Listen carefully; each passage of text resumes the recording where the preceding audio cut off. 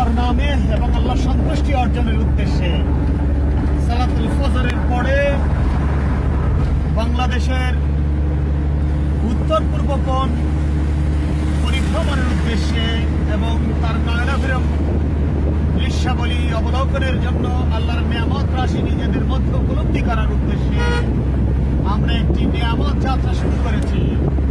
সেই যাত্রা পথে ইনশাআল্লাহুল কারীম আমরা ইতিমধ্যেই ময়মনসিংহ জেলার ভৈরব উপজেলার ভৈরব পৌরসভার বাস স্ট্যান্ড ছাড়িয়ে আমরা অল্প কিছুক্ষণের মধ্যেই ময়মনসিংহের কেন্দ্রীয় বাস স্ট্যান্ড মাসকান্দার কাছাকাছি পৌঁছে যাব।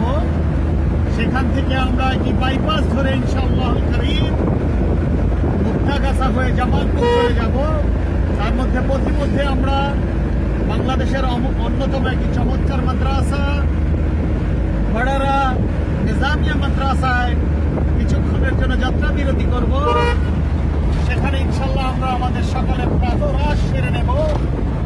তারপরে ইনশাল্লাহ আমরা আবারও দৃশ্য উপলব্ধি করতে করতে আশা করছি সালাতুল জোহরের পূর্বে জামালপুর সদরে পৌঁছে যাব। এখনকার মতো এই পর্যন্তই। আবারও আপনাদের সাথে দেখা হবে, কথা হবে। আসসালামু আলাইকুম ওয়া রাহমাতুল্লাহ।